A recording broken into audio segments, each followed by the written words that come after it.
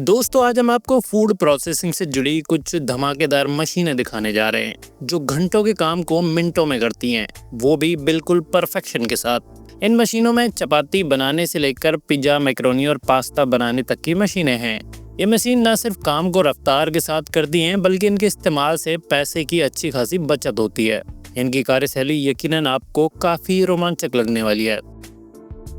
Onion piling machine. बाजार में मिलने वाली साफ सुथरी प्याज तो आपने देखी होगी, लेकिन इसे इतना साफ सुथरा कैसे बनाया जाता है ये आज आप देखने वाले हैं। इस बड़ी सी मशीन में ढेर सारे प्याज रखे हुए हैं जिन पर अभी भी छिलके हैं।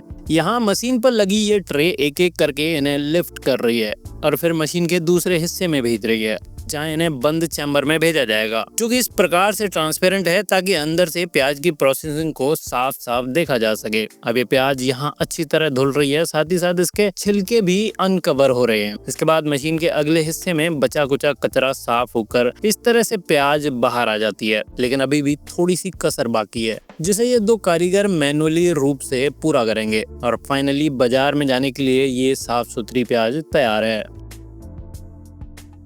Apple processing machine. यह आदमी बॉक्स से निकालकर एप्पल को मशीन के जार में रख रहा है जो दिखने में एक छोटी सी प्लेट की तरह दिखती है। इस प्लेट में कुल 4 सेब आते हैं जो मशीन के अंदर जाते हैं प्रोसेसिंग के लिए। यहाँ देखिए कैसे चारों एप्पल्स मशीन के नुकीले हिस्से में फंस चुके हैं और अब बारी है इन्हें छीलने की, जिसके लिए मशीन के नुकीले ब्लेड काम पर लगे हुए हैं और ये कुछ ही सेकंडों में इन्हें छील कर अलग कर देते हैं। सेबों से निकलने वाला कचरा साथ के साथ वेस्टेज वाले हिस्से में चला जाता है। यहाँ सेब के बीच वाले बीज को हिस्से से निकाला जाता है। सेबों से निकलने वाला कचरा साथ के साथ वेस्टेज वाले हिस्से में जा रहा है। इस मशीन की खास बात यह है कि आप इसे ऑपरेट करना सीख जाते हैं तो एप्पल जिस भी शेप में हो आप उसे खाने के लिए तैयार कर सकते हैं। जैसे अगर बिना कटा खाना है तो इस तरह गोल बना सकते हैं, काटना है तो छोटे छोटे पीसेस में काट सकते हैं और अगर आप चाहें तो इसे सैलेड के शेप में भी काट सकते हैं। Lemon sorting machine. ये जो बड़ी सी कंपनी आपको नजर आ रही है ये नींबू शॉर्टिंग कंपनी है, जहां नींबू की छटाई के लिए मजदूरों के साथ साथ मशीनों को काम पर लगाया जाता है। यहाँ बड़ी बड़ी रोबोटिक मशीनें नींबू रखने के लिए बॉक्सेस को सेट करती हैं और वहीं दूसरी तरफ नींबुओं की धुलाई हो रही है। इसके बाद छोटे बड़े हर साइज के नींबू की मशीन पर स्क्रीनिंग होती है। फिर जितने भी खराब नींबू होते हैं उन्हें एक साइड कर दिया जाता है और बाकियों को हर स्टेप से पास होने के बाद पैक करके मार्केट के लिए रवाना कर दिया जाता है।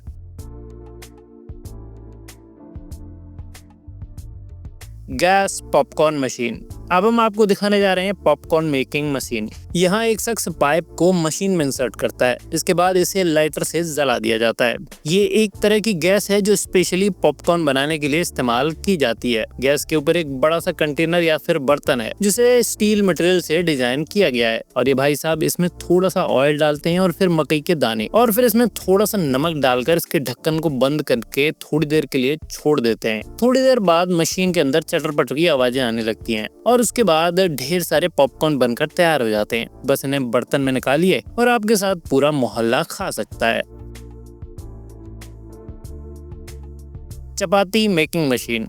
चपाती जिसे आप रोटी कहते हैं, इसे बनाने के लिए कितनी मेहनत लगती है ये कोई भी लेडी आपको जरूर बता सकती है, पर अब उनकी मेहनत को इस मशीन के इस्तेमाल से बचाया जा सकता है।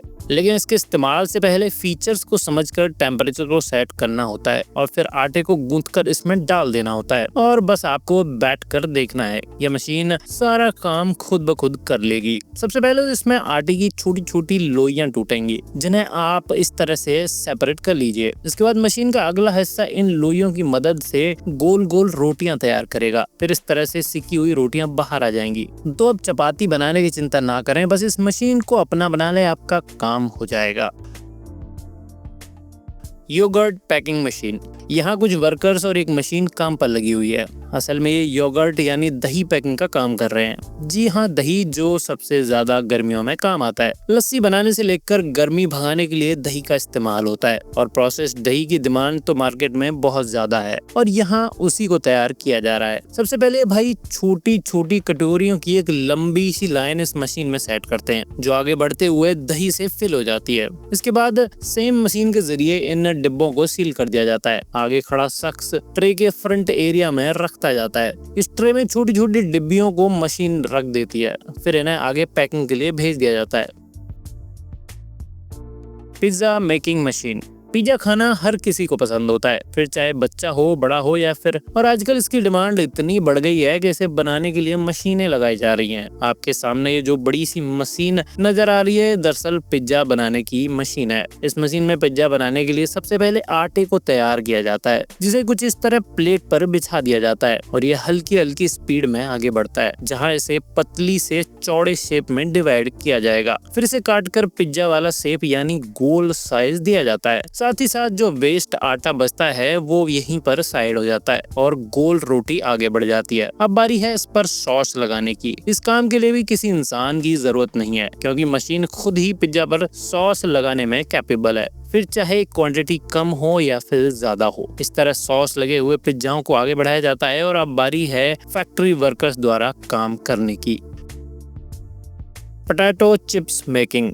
पोटैटो चिप्स बनाने के लिए एक मशीन यूज में नहीं आती, बल्कि इसके लिए मल्टीपल मशीनें काम करती हैं। सबसे पहली है पोटैटो पीलिंग मशीन, जिसमें बाहर से आए आलूओं को डाल दिया जाता है। ये एक ड्रम जैसा है जिसकी स्टोरेज कैपेसिटी 6 से 8 किलोग्राम तक होती है, यानी इतने आलू एक बार में इसमें डाले जा सकते हैं, जिन्हें ड्रम में भरकर अच्छी तरह पानी से धोया जाता है ताकि सारी गंदगी बाहर निकल जाए। फिर इन्हें छीलकर बाहर निकाल दिया जाता है। इसके बाद इस्तेमाल होता है पोटैटो स्लाइसर, जिससे कि राउंड कटिंग प्लेट खास तौर से आलूओं को छोटी छोटी स्लाइस में काटने के लिए डिजाइन की गई है। यूनिक बात यह है कि इसमें एक तरह की प्लेट नहीं है, बल्कि अलग अलग तरह के शेप से आलू को काटने के लिए अलग अलग टाइप की प्लेट को लगाया गया है, जैसे सैली प्लेट, जिसे आलूओं को सीधी स्टिक के रूप में काटने के लिए इस्तेमाल किया जाता है, जिसमें धुले हुए आलूओं को डाला जाता है और इनका पूरा मॉइस्चर सोख लिया जाता है। और अंत में बारी आती है इन्हें फ्राई करने की, जिसके लिए रेक्टेंगुलर फ्रायर का इस्तेमाल किया जाएगा, जो प्रोडक्शन कैपेसिटी के हिसाब से छोटे बड़े साइज में अवेलेबल होते हैं और इन्हें डीजल या फिर केरोसिन से चलाया जाता है, जिनमें चिप्स को अच्छे से तला जाता है और फिर फ्लेवर और मिक्सिंग मशीन में डाल दिया जाता है, जहाँ इनमें फ्लेवर मसाले वगैरह मिक्स होते हैं। फिर सीधा पैकेट में भरकर ये आप तक पहुंच जाते हैं। Carat piling line. मार्केट में जो छीली हुई फ्रेश और साफ गाजर आपको मिलती है, उसे यहाँ तैयार किया जाता है। खेतों से आई गाजरों को सबसे पहले तो हम मशीन में डालकर सफाई के लिए भेजते हैं, जहाँ सबसे पहले इसकी छिलाई होती है और अच्छी तरह छिलने के बाद इन्हें सेम मशीन में आगे भेजा जाता है, जहाँ बारी है इन्हें धुलने की, ताकि किसी भी प्रकार की गंदगी इनके ऊपर ना रहे। धुलाई के बाद गीली गाजरों को सूखने के लिए मशीन में रखा जाता है। दूसरी तरफ एक वर्कर इन्हें पॉलीथिन में पैक कर रही है। पैक करने के बाद इन्हें बॉक्सेस में डालकर मार्केट में भेज दिया जाता है। Macaroni pasta machine. अब बारी है मैक्रोनी पास्ता बनाने की।